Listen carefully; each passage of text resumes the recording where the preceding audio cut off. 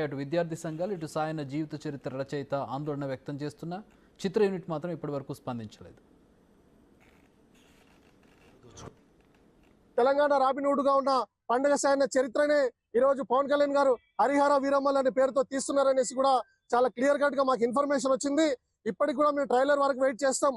హరిహర వీరమ్మల్ అనే సినిమాకు పండగ సాయన చరిత్రతో కన్నా ముడిపడి ఉండి ఒకవేళ కన్నా మీరు చిత్రాన్ని నిర్మిస్తే ఖచ్చితంగా చెప్తున్నాం మా అసోసియేషన్ ముట్టడి చేస్తాం. సినిమా మేము ఖచ్చితంగా నిర్మాతను కానీ పవన్ కళ్యాణ్ గారిని కూడా వదిలే ప్రసక్తి ఉండదు. కాబట్టి మళ్ళీ ఒక్కసారి తెలుగు చలనచిత్రం కానీ పవన్ కళ్యాణ్ గారు కానీ హరిహర వీరమల్లు టీం కానీ మళ్ళీ ఒకసారి దీన్ని దృష్టిలో పెట్టుకోవాల్సిన అవసరం ఉంది. మా వీరుల యొక్క చరిత్రను తప్పుడుగా చిత్రీకరించి మా వీరుల యొక్క ఆలోచనలు, ఆదర్శాలను, ఆశయాలను మీరు కమర్షియల్ గా మార్చుకుంటే మాత్రం దానికి తగిన మూల్యం చెల్లించాల్సి ఉంటుంది. కాబట్టి ఖబర్దార్ చెప్తున్నాం, పండగ సాయన జయంతిని ప్రభుత్వం అధికారికంగా నిర్వహించాలనేసి, అట్లాగే ట్యాంక్ బండిపై ఆయన విగ్రహాన్ని ఏర్పాటు చేయాలనేసి, ఆయన జీవిత చరిత్రను పాఠ్యాంశంగా చేర్చి పుస్తకాల్లో అందించాలని, అది మాత్రమే కాకుండా ఉమ్మడి పాలమూరు జిల్లాకి పండగ సాయన జిల్లాగా పేరు పెట్టాలని, అది మాత్రమే కాకుండా పండగ సాయన పేరుతోటి ఒక యూనివర్సిటీని కూడా నెలకొల్పాలనేసి మేము ప్రభుత్వాన్ని డిమాండ్ చేస్తున్నాం. పండుగ సాయనను పాలమూరు జిల్లా ప్రజలంతా తమ కుటుంబ సభ్యుడిగా భావిస్తారని పుస్తక రచయిత బెక్కం జనార్దన్ చెప్పారు. ఆయన గొప్ప పోరాట యోధుడని, నిజాం కాలంలో పేదల శ్రమను దోచుకునే పెత్తందారులకు సింహస్వప్నమన్నారు. పేదల కోసం పోరాడిన పండుగ సాయన్న పేరును మహబూబ్ నగర్ జిల్లాకు పెడితే సముచితంగా ఉంటుందంటున్న జనార్దన్తో మా ప్రతినిధి Shankar Goud face to face. Palamuru పోరాట యోధుల పేరు చెబితే మొదటగా గుర్తొచ్చేది పండుగ సాయన్న. ఆయన చేసినటువంటి సాహసాలు, ఆయన చేసినటువంటి ఎన్నో కార్యక్రమాలు కూడా ఇప్పటికీ చరిత్రలో భద్రపరచబడి ఉన్నాయి. పాలమూరు ప్రధానంగా పండుగ సాయన్నకు ఆయన సొంత గ్రామంగా కూడా చెప్పుకుంటారు.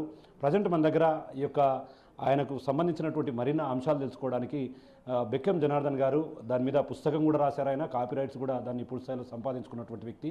ప్రజెంట్ మనతో ఆయన ఉన్నారు, ఆయనతో మాట్లాడదాం. సార్ చెప్పండి సార్, పండుగల సాయన్న పేరు చెప్పగానే మొదటగా గుర్తొచ్చేది పాలమూరు. ఇంత పేరు రావడానికి ప్రధాన కారణం ఏంటంటే ఏం చెప్తారు? అతను పేదల పక్షాన నిలబడ్డాడు. పేదలను ఎవరైతే దాచుకొని కేవలం వాళ్ళ స్వార్థం చూసుకుంటున్నారో వాళ్ళకు వ్యతిరేకంగా పోరాడాడు. పేదల సొత్తు దాచుకున్న వాళ్ళ యొక్క ధాన్యాలు కానీ, ధాన్యాగారాన్ని కానీ మొత్తం కూడా ఆకలి మంటలు ఒకవైపు, అన్నరాసులు ఒకవైపు అన్నట్లుగా ఉండే పరిస్థితిలో ఆకలి మంటలు ఆర్పని అన్నరాసులు ఎందుకు? ఖచ్చితంగా ఈ అన్నీ కూడా ఈ అన్నరాశులన్నీ కూడా ఈ అన్నదాతలు, పేద ప్రజలు పండించడమే, సృష్టించడమే. కాబట్టి ఇవన్నీ కూడా వాళ్ళకే చెందుతాయని చెప్పేసి గోదాములను, పెద్ద పెద్ద భూస్వాముల యొక్క, పెత్తందారుల యొక్క, జాగీర్దారుల యొక్క గోదాములను, వాళ్ళ యొక్క ధాన్యాగారాన్ని కొల్లగొట్టి పేద ప్రజలకు పంచాడు. అంతేకాకుండా ఇక్కడ ఫతేపూర్ మషమ్మ దగ్గర ఆయన పేదల పెళ్లిళ్ళు చేసి సహపంక్తి భోజనాలు పెట్టాడు. అప్పుడే సహపంక్తి భోజనాలు అంటే అన్ని కులాల వాళ్ళు, అన్ని వర్గాల వాళ్ళు ఒక దగ్గర కూర్చొని భోజనం చేయటం. అట్లా కుల మతాలకు అతీతంగా పండగ సాయన్న ఆనాడే, అంటే దాదాపుగా 1850-60 ఆ ప్రాంతంలో ఆయన ఈ తెలంగాణలో, అందులో పాలమూరులో పేద ప్రజలకు కులం లేదు, పేద ప్రజలకు మతం లేదు, పేద ప్రజలందరికీ ఒకటే అని చెప్పి అందరికి కూడా సహపంక్తి భోజనాలు పెట్టి అన్నార్థులకు, ఆకలిగా ఉన్న అన్నార్థులకు ఆకలి తీర్చిన అన్నదాత మన పండగ సాయన. అనాథల కోసం, ఆయన పేదవారి కోసం ఎన్నో పోరాటాలు చేశారు. అట్లా పోరాటాలు చేసిన వాటిలో ప్రధానమైనటువంటి కొన్ని అంశాలు ఏమైనా చెప్తారా? ప్రధానమైనది ఇక్కడే నవపేట మండలం అనుకోండి, తర్వాత మెరుగోనపల్లి, ఆ తర్వాత మెరుగోనపల్లి గ్రామంలో పుట్టి పెరిగిన పండగ సాయన్న. అక్కడనే ఏలూరు అని ఉంటుంది, తర్వాత ఇంకా వేరే మండలం ఉంటాయి. అక్కడ అప్పుడు భూస్వాములైన వెంకటరెడ్డి అని, రామరెడ్డి అని వీళ్ళందరూ కూడా పేద ప్రజలను పీడించి వాళ్ళ రక్తం దాగే ఒక పిపాసలాగా ఉండే పరిస్థితుల్లో పేద ప్రజల పక్షాన్ని నిలబడి పోరాటం చేశాడు. ఆయనకు చాలా చాలా బిరుదులు ఉన్నాయి. రాబిన్హుడ్ అని ఆయన ఎందుకు అంటారు? ఎందువల్ల ఆయనకు ఆ బిరుదు వచ్చింది? అదే రాబిన్హుడ్ అంటే ఆయన ధనవంతులను, ఎవరైతే ధనవంతులను దోషి పేద ప్రజలకు, తర్వాత కటిక దరిద్రంలో ఉన్న అనార్థులకు ఆదుకున్నారు. కాబట్టి ఆ రాబిన్హుడ్ అని ఆయనను ఇచ్చేసిండు. ఆ రాబిన్హుడ్ బాటలోనే పండగ సాయన కూడా నడిచి ధనవంతులను దోషి పేదలకు పెట్టిండు అనే ఒక నానుడు ఉంది. కాబట్టి ఈయనను కూడా తెలంగాణ రాబిన్ హుడ్ అని పిలిచేవారు. ఆ విధంగా మొత్తం మీద పేద ప్రజల పక్షాన నిలబడి పేదల యొక్క ఆపదలో, బాధలో, ఆకలిలో ఈయన ఒక భాగమయ్యాడు. వాళ్ళ ఆకలిని తీర్చే ఒక అనార్థుడైండు, ఆపదలను తీర్చే ఒక ఆపద్ బాంధవుడైండు, పెళ్లిళ్ళు చేసే ఒక పెద్దన్న అయ్యిండు. అందుకనే ఖచ్చితంగా పాలమూరు యోధుడుగా, తెలంగాణ రాబిన్ హుడ్గా ఆయన కొనియాడండి. సార్ చూస్తున్నాం అంటే మీరు ఇక్కడ దీనికి సంబంధించి పండుగ సాయన్ అనే బుక్ను కూడా ఒకటి మీరే పూర్తి స్థాయిలో రాయడం జరిగింది. దీని కాపీ రైట్స్ కూడా పూర్తిగా మీరే పొందుకున్నారు అంటే తీసుకున్నారు. ఓవరాల్గా అంటే దీనికి సంబంధించి ఈయన జీవ చరిత్రను చేస్తున్నప్పుడు ఊర్లో ఉన్నటువంటి ప్రజెంట్ పరిస్థితి ఎట్లా ఉంది, ఆయన ఇంటి పరిస్థితి ఏంది, ప్రజెంట్ అక్కడ వాతావరణం ఎట్లా ఉంది?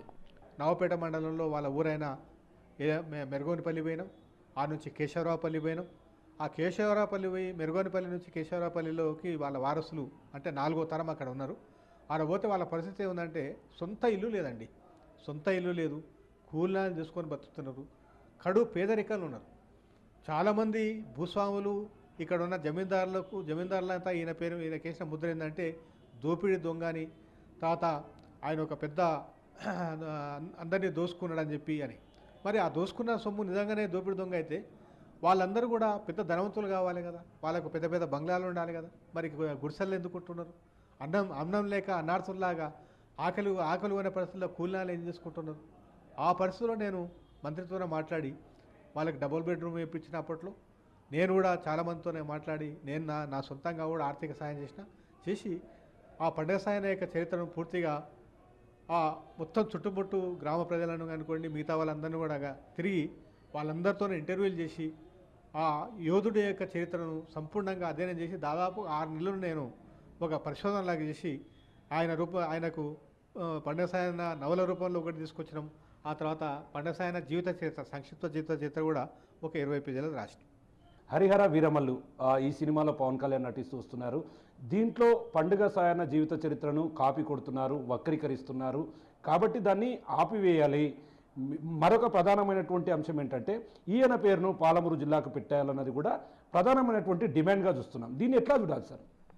అదే అండి, వాస్తవంగా హరిహర వీరమల్లు అనే పేరు రాకముందు నుంచి కూడా ఏంటంటే పవన్ కళ్యాణ్ గారు పండుగ సాయనదే సినిమా తీస్తున్నారనేది ఒకటి ప్రచారంలోకి వచ్చింది.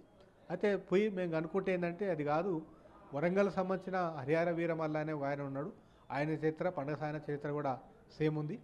అయితే ఆయన చరిత్రను తీస్తున్నారు, పండుగ సాయన చరిత్ర అయితే ఇప్పుడేం తీయడం లేదని చెప్పినారు. సరే ఏమన్నా ఇందులో కాపీ కొట్టి, ఎందుకంటే ఈ బుక్ మార్కెట్లోనే అందరికీ విస్తృతంగా ఇచ్చేసినాం, ఇది ఒక 3వ పబ్లిషింగ్ చేసినాం, కొన్ని వేల కాపీలు బయటికి వచ్చినాయి కాబట్టి తీసుకొని ఎవరికైనా కాపీ కొట్టే అవకాశం ఉంటుంది. కాబట్టి దానికోసం ఏంటంటే ఢిల్లీలో కాపీరైట్ యాక్ట్ కింద నేను దీన్ని రిజిస్ట్రేషన్ చేయించాను. ఎవరన్నా దీన్ని కాపీ కొట్టి ఇందులో ఉన్న అంశాలను మా యొక్క పర్మిషన్ లేకుండా వాడుకుంటే ఖచ్చితంగా చట్టపరంగా వాళ్ళ మీద కఠినమైన చర్యలు తీసుకుంటాం. వాళ్ళు దానికి పూర్తి స్థాయిలో బాధ్యత వహించాల్సి వస్తుందని తెలియజేస్తున్నాం. రెండోది, పండుగ సాయన్నకు ఈ జిల్లాకు పండుగ సాయన్న పేరు పెట్టడం అనేది సముచితం. ఎందుకంటే ఒక పోరాట యోధుడు. ఒకటే అండి, ఆయన సమాధి ఇక్కడనే వీరన్నపేట దగ్గర ఉంది. ఆయన తలకాయ కొట్టేటప్పుడు ఒకటే మాట అన్నారు, అరే సాయన్న, పండుగ సాయన్న మాఫీ మాంగోరే అని. మాఫీ మాంగోరే అంటే క్షమించు అని. తల తిరిగి కింద పడ్డా కానీ తల దించనని చెప్పిండు పండుగ సాయన్న.